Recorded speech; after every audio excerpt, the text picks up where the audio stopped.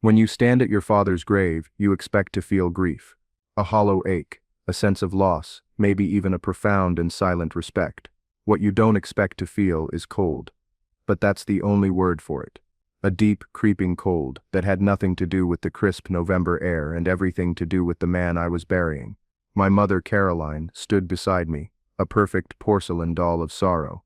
Her hand, gloved in black leather, rested on the arm of my sister, Chloe. She accepted the hushed condolences of our neighbors in Havenwood with a practiced, tragic grace.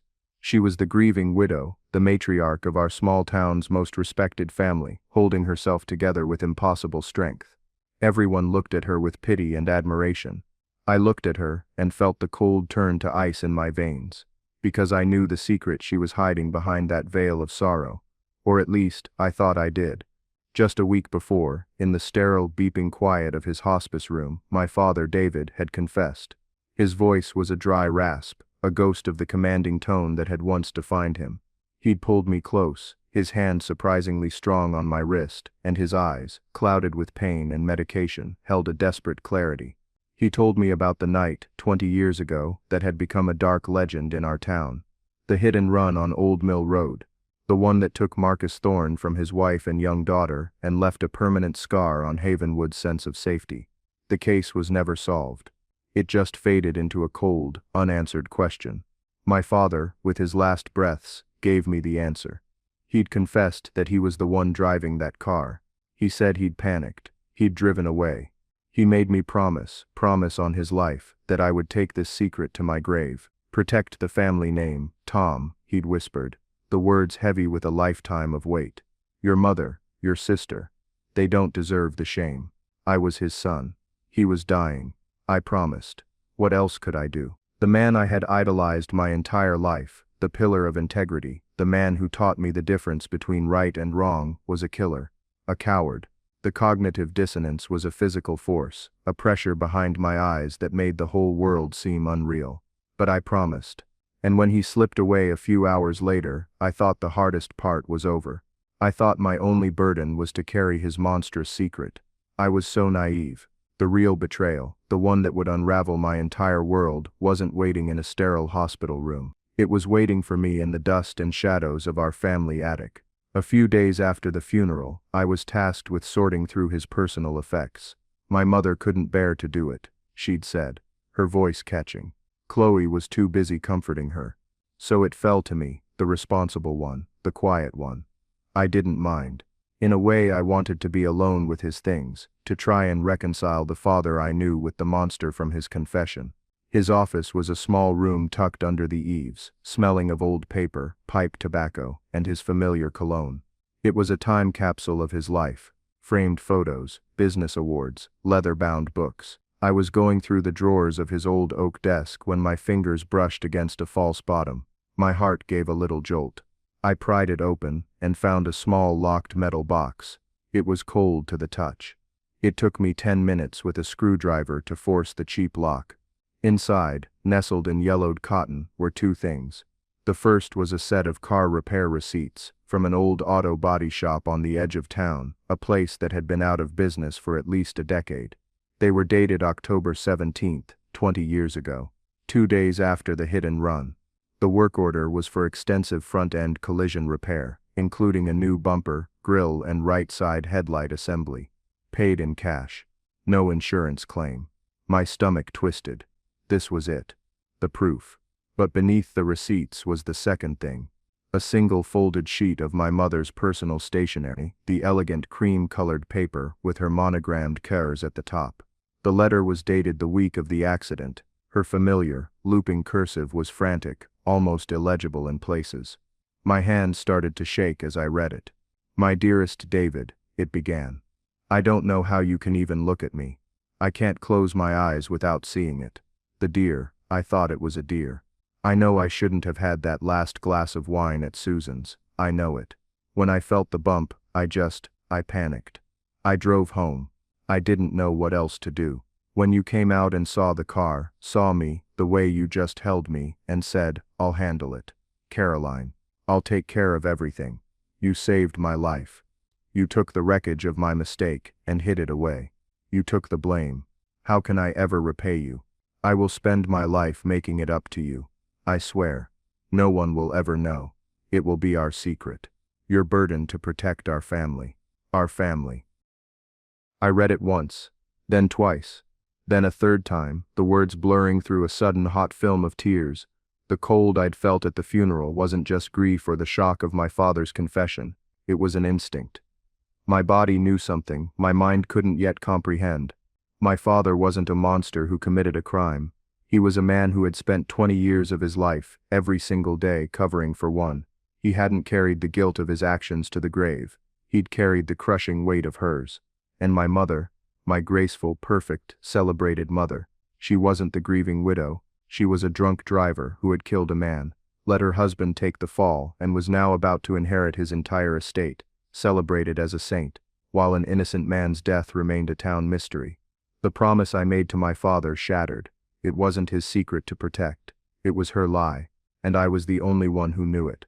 The attic felt like it was shrinking, the air thick and unbreathable. I sat on the dusty floor, the letter in one hand and the receipts in the other, and for the first time since my father's death, I truly felt the full, crushing weight of grief. But it wasn't just for him.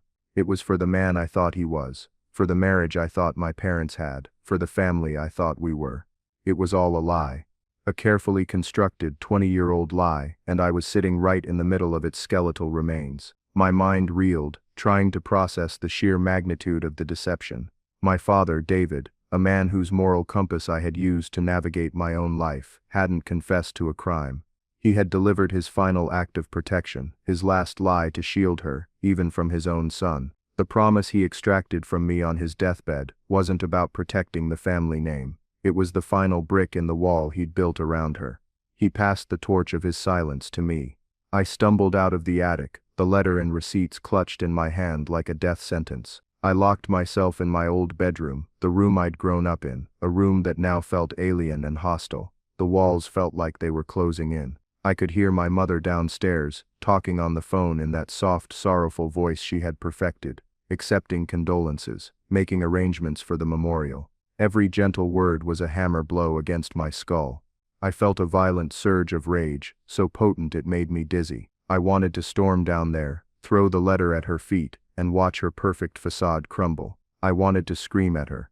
How could you? How could you let him carry that? How could you stand at his grave and play the part of the heartbroken wife? But the rage was quickly followed by a profound, hollowing sorrow. My entire past was being rewritten in real time. Every memory was now tainted, every moment suspect. I started to spiral back, sifting through the archives of my mind, and suddenly, so many things made a terrifying kind of sense. I remembered my father's moods, as my mother used to call them. He'd sit in his armchair for hours, staring out the window, a glass of whiskey untouched on the table beside him. My mother would wave it away with a sad smile. "He just carries the weight of the world on his shoulders," she'd say to us, a line that always made him seem so noble, so strong. It wasn't the world's weight, it was hers. I remembered how he'd stopped driving at night, almost completely, a few years after the accident. He'd claim his eyes weren't what they used to be, but I was with him once when a deer darted across the road in the twilight,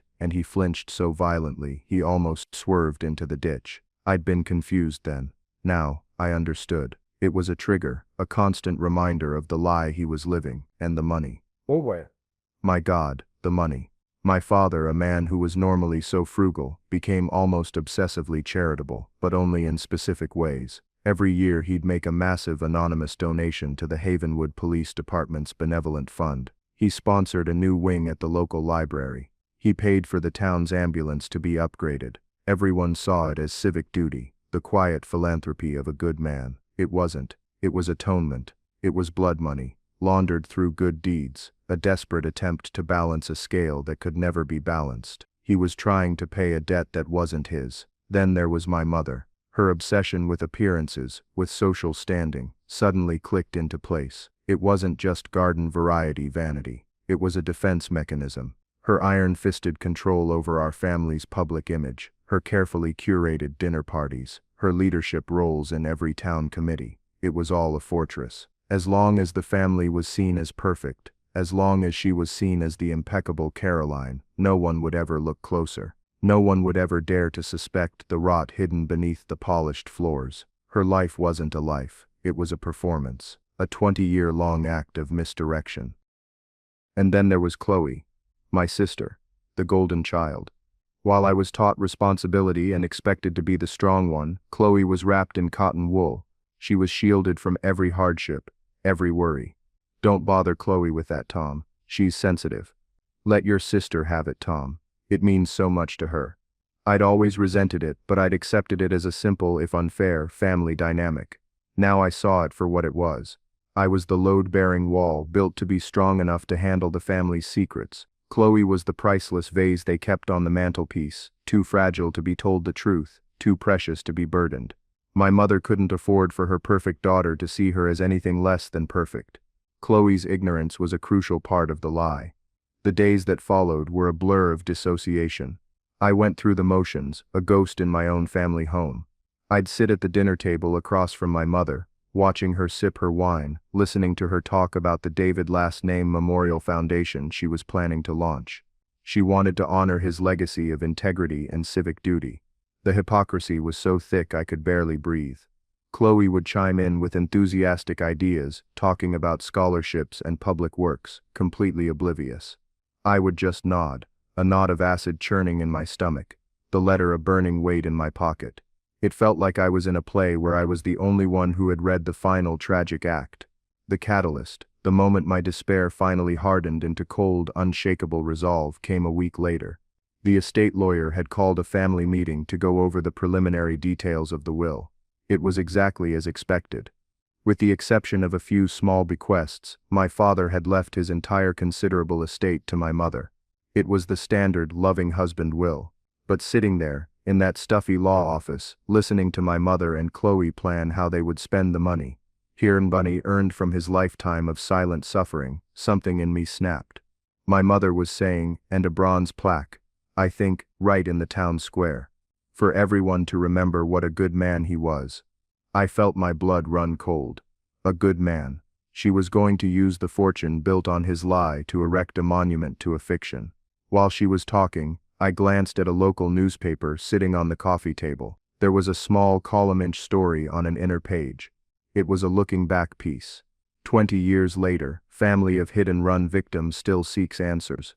There was a grainy photo of Marcus Thorne, a smiling man with kind eyes, and below it, a more recent photo of his daughter, Sarah. She looked tired. There were lines of worry around her eyes, but she had the same determined set to her jaw as her father. The article mentioned she was a single mother, working 2 jobs to make ends meet, still living in Havenwood, still hoping that one day someone would come forward with the truth. That was it. That was the spark that lit the fuse. This wasn't just about my family's lie anymore. It wasn't about my father's misplaced sacrifice or my mother's monstrous deception. It was about him. Marcus Thorne. A man I'd never met, a man whose name was just a whisper in a town legend. And it was about her. Sarah Thorne. A woman living in the shadow of a question that my family had the answer to. My mother wasn't just hiding a crime, she was actively stealing justice from that woman every single day. I stood up abruptly. My mother and Chloe stopped talking and looked at me, surprised. Tom, is everything all right? My mother asked, her brow furrowed with that practiced concern. I looked at her. And for the first time I didn't see my mother. I saw a stranger who had built her comfortable life on the wreckage of 2 other families, the Thornes and her own. I need some air, I said. My voice tight. I walked out of that office, leaving them staring after me. As the cold air hit my face, a new feeling pushed through the grief and the rage. It was clarity. A cold, sharp and terrifying clarity. The promise I made to my father was to protect his family. But the man he was, the truly good man buried deep beneath the lie, would have wanted justice for Marcus Thorne. He just didn't have the strength to do it himself. He had carried the burden for 20 years. Now, it was my turn. But I wasn't going to carry it. I was going to end it. My mother was about to learn that while my father had protected her from the truth, I was not my father. It wasn't about revenge, I told myself. It was about justice. It was about setting the record straight. But as I walked away from that law office, a colder, harder thought echoed in the back of my mind. It wasn't about revenge, until it was. The first call I made was to my oldest friend Ben. We'd known each other since kindergarten, and he was now a sharp, no-nonsense lawyer in the city. An hour's drive from the suffocating bubble of Havenwood. I met him at a dimly lit bar, far from any prying eyes. I didn't tell him everything at first. I couldn't. The words were too monstrous to say out loud. Instead, I framed it as a hypothetical, a legal puzzle. Ben, I started, swirling the ice in my glass. What happens if you discover evidence after someone's death that suggests their will was made under, let's say, extreme emotional duress? A long-held secret that influenced everything. Ben leaned back, his lawyer brain immediately kicking into gear. That's a tough road, Tom. Contesting a will is brutal. You'd need to prove something like fraud or undue influence. You'd need rock-solid evidence that the testator, the person who died, was not of sound mind or was being coerced. A long-held secret. That's vague. What kind of secret? I took a deep breath. A secret that, if revealed, would have destroyed his wife's life. Ben's eyes sharpened. He knew me well enough to see this wasn't hypothetical. Okay, he said slowly. Let's talk about the practicalities. The estate is likely going through probate now. The first step would be to file an objection. A caveat. It freezes everything, puts a full stop on the distribution of assets until the court can review the claim. But Tom, if you do that, you're declaring war. You better have your cannons loaded. We talked for 2 hours. I danced around the specifics of the hit and run, but I gave him enough to understand the gravity. We discussed statutes of limitations. He confirmed my fears and hopes. For a criminal charge of vehicular manslaughter or leaving the scene of an accident, the statute had almost certainly expired after 20 years. My mother was, in the eyes of criminal law, likely safe. But Ben said, leaning forward, a new glint in his eye, the civil side is a different beast. There's often no statute of limitations for wrongful death if the perpetrator concealed their identity through fraud. With new evidence, like say a written confession, the victim's family could absolutely bring a civil suit.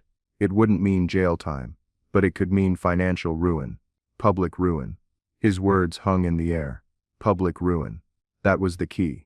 My mother hadn't just feared prison, she had feared the destruction of her perfect world. Ben's advice gave me a roadmap. Freezing the estate was the first step. It would cut off her power. The threat of a civil suit, of public exposure, would be the checkmate. I left the bar that night, with a clear, cold plan forming in my mind. The first tendrils of power, of control in a situation where I had felt utterly powerless, began to uncurl within me. My next stop was far less clinical. It was a pilgrimage into the past. I drove to the outskirts of town, to a row of tired-looking industrial buildings. I found the address from the old receipt. The sign for Havenwood Premier Auto Body was gone, replaced by one for a tire discounter. I went inside. A young kid in a greasy jumpsuit told me the place had changed hands a couple of times. He'd never heard of the old shop. My heart sank. This was a dead end. But as I was leaving, an older man smoking a cigarette by the bay doors overheard me. "You looking for Gus?" he asked, his voice raspy. Gus Malinowski. He owned the old body shop. Retired years ago. Lives over in the old mill district, I think. He gave me a street name. Hope, sharp and unexpected, pierced through my cynicism. An hour later, I was standing on the porch of a small, tidy bungalow. An elderly man, with thick, calloused hands and kind, watery blue eyes answered the door. It was Gus. I introduced myself as David's son, and his face softened with recognition. David's boy. Of course. Your father was a good man. So sorry to hear of his passing. The irony was a bitter pill. I told him I was a hobbyist, looking to restore an old sedan like the one my father used to have. I showed him a picture of the model from the internet. I didn't want to spook him by mentioning the accident. I just wanted to see if he remembered the car. He squinted at the photo, then at me. A sedan like that. Dark blue, wasn't it? He said, his mind drifting back. Yeah, I remember that car. Your father brought it in. A real mess on the front passenger side. Bumper was crumpled like tin foil. He paused, looking out over his neat garden, a shadow crossing his face. Funny thing about that job. Always stuck with me. Why's that? I asked, my heart starting to pound. Your dad was frantic. Not himself. Insisted on paying cash. A huge amount. Wanted no paper trail. No insurance. Said he'd hit a big buck on a back road, and didn't want his premiums to go up. But the damage, it wasn't quite right for a deer. And another thing, he trailed off, looking at me like he was debating whether to say more. What is it, Gus? I prompted, my voice barely a whisper. It was your mother, he said. Finally. She's the one who dropped the car off. Late at night, the night before your father came in. I was working late on a project. She pulled into the back lot, didn't even come to the door. Just left the keys in the drop box and scurried off. I saw her through the window. She looked haunted, white as a sheet. Then the next morning, bright and early, your dad shows up, calm as you please, taking control, writing the check. I always figured they'd had a spat. Maybe she'd had a fender bender, and he was covering for her so she wouldn't have to deal with it. But it felt bigger than that. He was protecting her from something. I could have hugged him. This was it. An eyewitness. Someone outside the family, who could place my mother with the damaged car, looking distraught, just hours after Marcus Thorne was left to die on the side of the road. I thanked Gus for his time. My mind racing. He had no idea the significance of what he'd just told me. Before I left, I circled back. Gus, I said, it might seem strange, but this project means a lot to me. If I needed to, would you be willing to sign a sworn statement about what you remember from that repair job? He looked at me, a flicker of understanding in his old eyes. He didn't know the whole story, but he knew this was more than a hobby. Your father was a good man, he repeated slowly. If it's important to honoring his memory, son, then yes, I'll tell the truth of what I saw. My arsenal was growing. The letter, the receipts, a credible witness.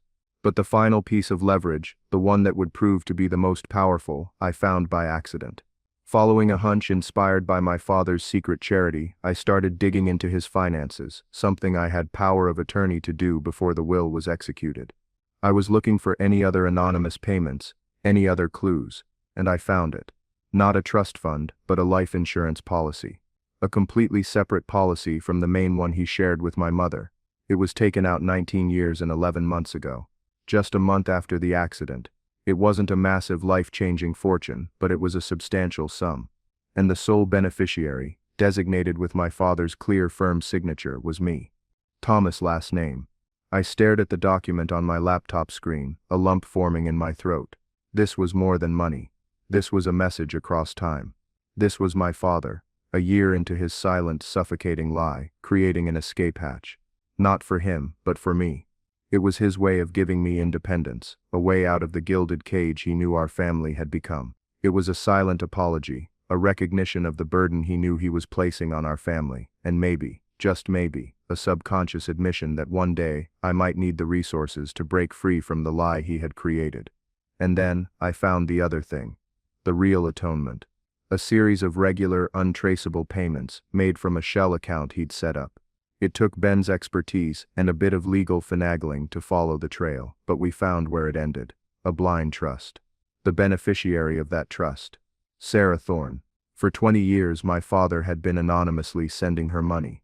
Enough to ensure she never fell into poverty. Enough for a down payment on her small house. Enough for her child's future education.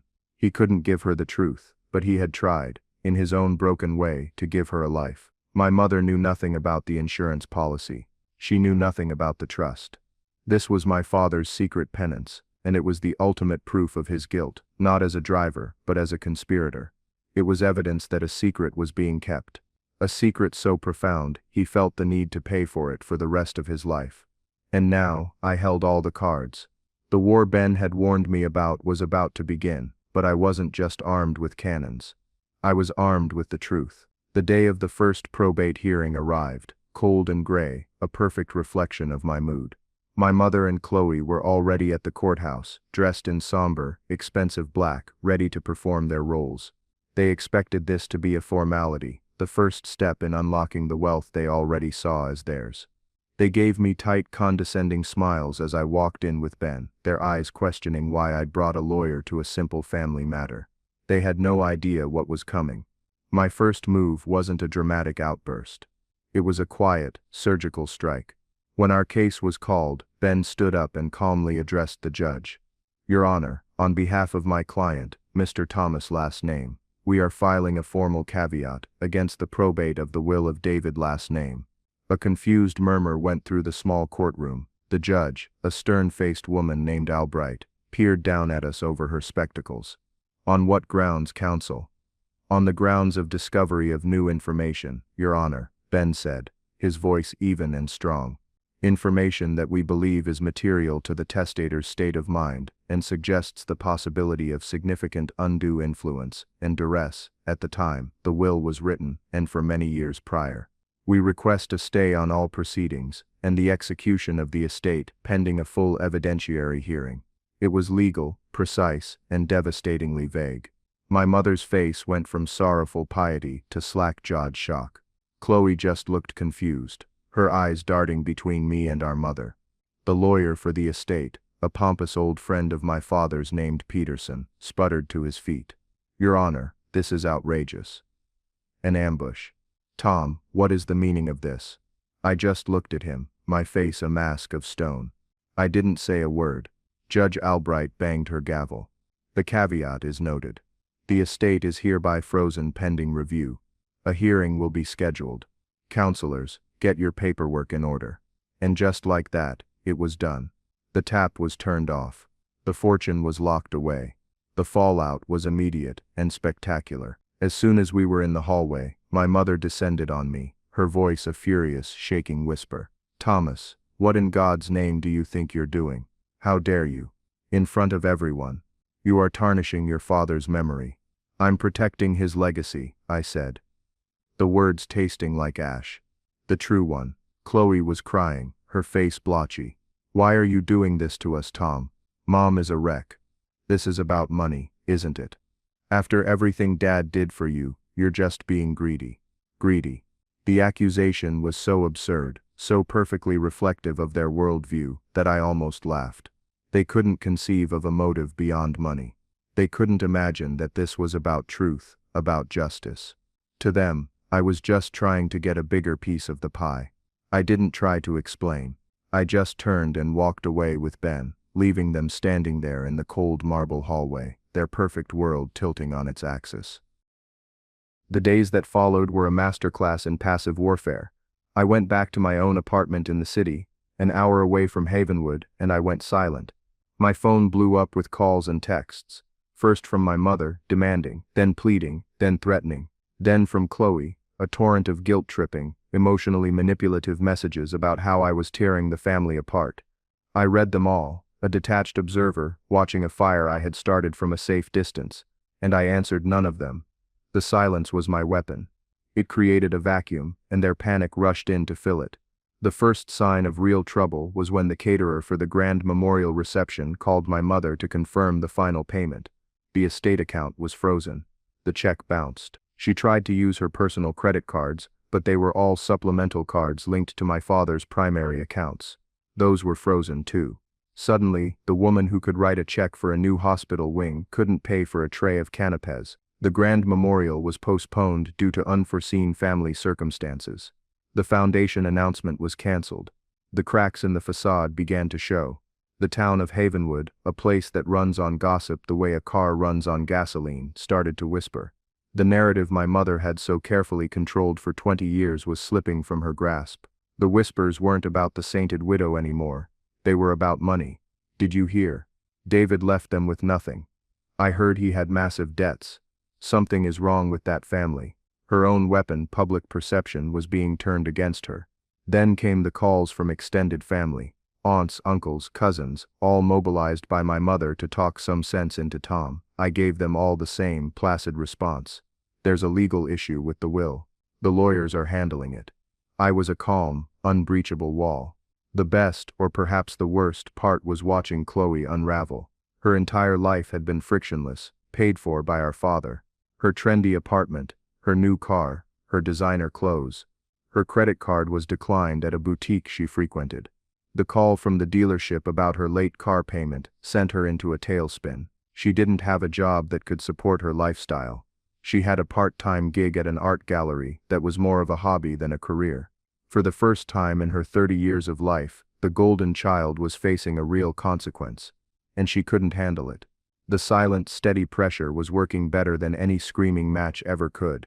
I was dismantling their world, not with a sledgehammer, but by simply removing the foundation and letting gravity do the rest.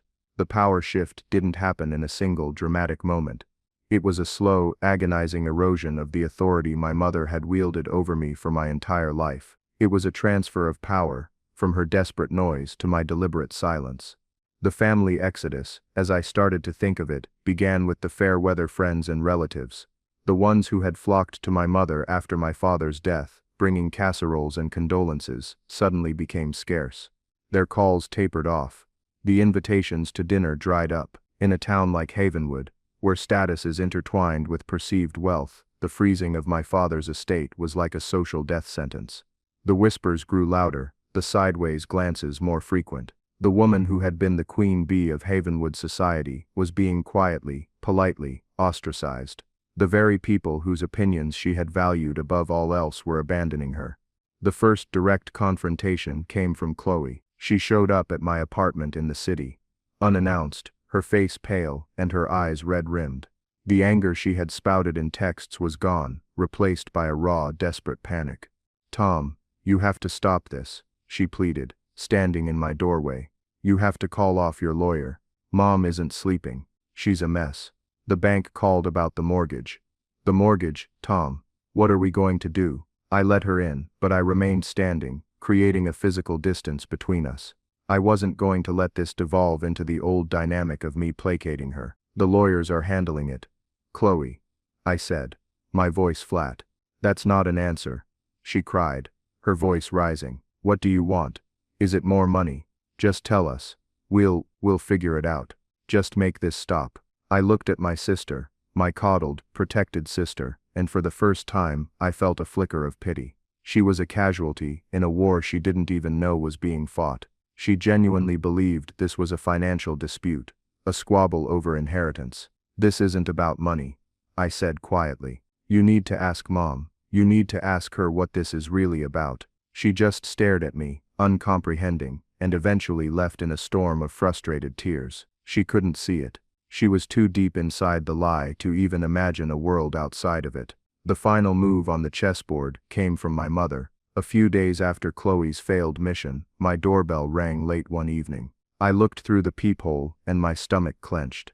It was her. She had never been to my apartment before. She considered it my little city bachelor pad, a place beneath her. But here she was, looking smaller and older than I had ever seen her. Her carefully composed face, looking strained and weary. I let her in. She didn't waste time with pleasantries. She launched directly into the role she had been rehearsing her whole life, the heartbroken, wronged mother. "I don't understand how you can be so cruel, Thomas," she began, her voice trembling with manufactured emotion. "Your father, your wonderful, loving father, would be so deeply disappointed in you. He worked his entire life to provide for us, to keep this family safe and respected. And now you are dragging his name through the mud, tearing us apart, all for what? A bigger share. After everything we've given you?" I let her talk. I let her spin her web of guilt and manipulation, the same web that had held me captive for decades. I listened to her talk about family, about loyalty, about a father's love. She was brilliant. It was the performance of a lifetime. When she finally ran out of steam, her eyes glistening with unshed tears, the silence in the room was heavy. I didn't raise my voice. I didn't get angry. I looked her directly in the eye, letting the full weight of the moment settle between us. And then I asked the question that I knew would end the charade forever. "Was it about money, Mom?" I asked, my voice dangerously soft. "Was it about money 20 years ago, when you let him take the blame for Marcus Thorne?" It was like a switch had been flipped. The air went out of her. The color drained from her face, leaving behind a waxy gray pallor. Her mouth opened slightly, but no sound came out. The practiced grief, the righteous indignation, the maternal disappointment, it all evaporated in an instant, replaced by the one thing she had spent 2 decades hiding: pure naked fear. She stumbled back a step, her hand flying to her throat, as if to stop the truth from escaping. She knew. In that single, shattering moment, she knew that I knew. The secret that had been her shield and his prison was no longer a secret. The power had not just shifted, it had undergone a tectonic reversal. She was no longer the one in control. I was. She stared at me, her eyes wide with a horror that was finally blessedly real, and without another word, she turned and fled from my apartment, leaving the door hanging open behind her. The game was over. Now it was time for the reckoning. I arranged the final meeting on neutral ground, a sterile glass-walled conference room at Ben's law firm.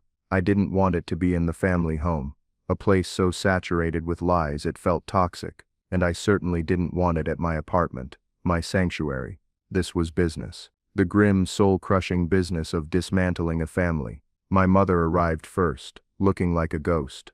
Her usual impeccable style was gone, replaced by a simple gray dress that seemed to hang off her diminished frame. She wouldn't meet my eyes. Chloe arrived a few minutes later, her face a mask of confusion and anxiety. She sat next to our mother, placing a supportive hand on her arm, still playing the role of the dutiful daughter. I sat across from them with Ben at my side. I didn't waste time with small talk. I placed a thin file folder on the polished table and pushed it toward them. "I think it's time we all stopped pretending," I said, my voice colder than I intended. Inside the folder were copies. A copy of the letter from my mother to my father, a copy of the cash receipt from Gus's auto body shop, and a newly signed, notarized affidavit from Gus Malinowski, detailing how a distraught Caroline had dropped off the damaged car in the middle of the night, hours after the hit and run, before David arrived the next morning to pay in cash and handle the cover-up. My mother flinched, as if the papers themselves were hot. Chloe, however, picked them up. I watched her face as she read. I saw the initial confusion, the dawning horror, the flicker of disbelief, and then the slow, sickening crumble as she looked from the pages to our mother's ashen face. The truth, in all its ugly, undeniable clarity, was right there in her hands. "Mom," Chloe's voice was a tiny broken whisper. "Mom, what is this? This can't be real." My mother just sat there, her head bowed, her silence a confession. "It's real, Chloe," I said, my voice softening slightly for my sister's sake. "Dad didn't do it. He spent the last 20 years of his life covering for her." Then I delivered the final blows. I told them about the secret life insurance policy my father had left for me, his escape hatch for his son, and then I told them about the blind trust. I told them how for 2 decades, our father had been anonymously funneling money to Sarah Thorne, a desperate, silent penance for a crime he didn't even commit. That's what finally broke Chloe. A strangled sob escaped her lips. She wasn't just learning her mother was a liar. She was learning her father's quiet sadness. His lifelong melancholy wasn't just a mood, it was a prison. The perfect, noble image of both her parents had been incinerated in the space of 5 minutes. My mother finally looked up, her eyes blazing with a final desperate burst of defiance. "He did it to protect me," she hissed, her voice raw. "He loved me. He made a sacrifice for his family. And you are spitting on that sacrifice. You are destroying everything he worked to protect." The old argument, the old justification. It didn't work anymore. "No," I said, leaning forward, my voice low and intense. "You're wrong. He didn't just protect you, he enabled you. He built a wall around your lie, and he trapped himself inside it with you. His protections didn't protect Marcus Thorne from dying alone on a dark road. It didn't protect Sarah Thorne from growing up without a father. And it didn't protect me from the poison of this secret. A secret he forced on me at his deathbed. His sacrifice doesn't erase your actions, it just makes them more monstrous." The fight went out of her. She slumped in her chair, a defeated old woman. The matriarch was gone. All that was left was the truth. "So this is it," I said, laying out the new reality. "Here are my terms. You will not contest my next action. You will publicly and voluntarily withdraw your claim as executor and primary beneficiary of the will, citing personal reasons. The estate will be settled differently. And you will do one more thing. You will sit down with Sarah Thorne and you will tell her the truth. All of it." Chloe gasped. "Tom, You can't. I can. I said. My gaze locked on my mother. I'm not going to the police. The criminal statute is likely passed and I don't see the point in putting you in jail. But justice is more than just a prison sentence. Justice is the truth. Sarah Thorne deserves the truth. After that, once the estate is unfrozen, the bulk of it, the house, the stocks, the savings will be transferred into a new public trust. Not the David last name Memorial Foundation. It will be the Marcus Thorne Memorial Fund. A permanent, public atonement. What little is left after that, you and Chloe can have. You can have a life, but not this one. Not the lie. And if I refuse, my mother whispered. Then I will take this folder, I said, tapping it with my finger, and I will give it to Sarah Thorne's lawyer, and we will see how a civil court, and the front page of every newspaper in this state feels about your husband's sacrifice. The choice is yours. A quiet, private downfall, or a very, very public one. She stared at the folder, her last hope dying. She had no moves left. I had taken her power, her money, her reputation, and her secret. All she had left was the choice between two different kinds of ruin, and in that quiet, sterile conference room, watching the life drain from my mother's eyes and the tears stream down my sister's face, I felt no triumph, no satisfaction, just the heavy, grim finality of a necessary act. The vindication wasn't loud and celebratory. It was a quiet, hollow echo in a room full of broken people. The aftermath was exactly as I dictated. My mother, true to her word, met with Sarah Thorne. I wasn't there. I had no right to be. That was a moment of reckoning that belonged to them and them alone. Sarah later told Ben that it was the hardest, most surreal hour of her life, but for the first time since she was a little girl, the question that had haunted her family was finally answered. There was no joy in it, just a profound, sorrowful closure. The legal proceedings were swift and quiet. My mother formally renounced her position as executor, and the will was restructured. The Marcus Thorne Memorial Fund was established, becoming a significant source of community support in Heavenwood, funding scholarships for underprivileged kids, supporting the local health clinic, and in a turn of quiet irony, maintaining the very park where a bronze plaque honoring my father was once supposed to stand. My mother and Chloe sold the large family home, the stage for their 2 decades of performance. They moved into a small rented townhouse on the other side of the county. Their social standing in Heavenwood evaporated overnight. They weren't pariahs in a loud, dramatic way. They just ceased to exist in the circles they once commanded. Chloe, stripped of her safety net, had to get a real job. She works in administration for a shipping company now. Our relationship is fractured, perhaps irreparably. We speak on holidays, brief, stilted conversations that skate around the massive crater in the center of our family history. But sometimes in her voice, I hear a new note of weary maturity. I hold out a sliver of hope that one day she might understand.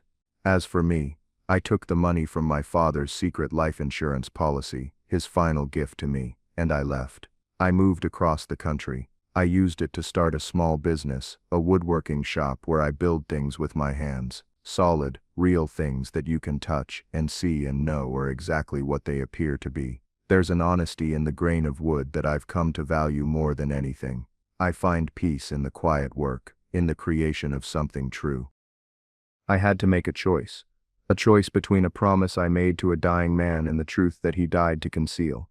My father believed he was being noble, that his love for my mother was a shield strong enough to protect his family from anything. But a lie, even a lie forged from love, doesn't protect. It poisons. It seeps into the foundations of a family and rots it from the inside out. He thought he was containing a singular, terrible mistake, but instead, he cultivated a garden of deceit that twisted all of us. It wasn't about the money. I know I keep saying that, but it's the truest thing I know. It was never about the inheritance or the house. It was about the simple, devastating fact that an innocent man was dead, his family was denied justice, and my family was being celebrated for it. My father protected my mother from the consequences of her actions, but who was protecting me? Who was protecting Sarah Thorne? Who was protecting the truth? The burden fell to me, and I refused to let it be a burden. I chose to make it a key, one that would unlock the prison they had all been living in, myself included. It was the hardest, most painful decision of my life, but I'd make it again. Because some secrets don't deserve to be kept. They deserve to be burned to the ground so that something new, something honest, can finally have a chance to grow in the ashes. So now I turn it over to you. What would you have done? Did I go too far? Was my father's final wish, his promise, more important than a 20-year-old truth? Should I have just kept the secret and let it all lie? Let me know what you think down in the comments. I read them all, and I'm genuinely curious to hear your perspective. If you have a story about a family secret that changed your life, I'd be honored if you shared it. Thank you for listening. And please remember to like this video and subscribe to the channel for more stories about the lines we draw and the moments that force us to cross them.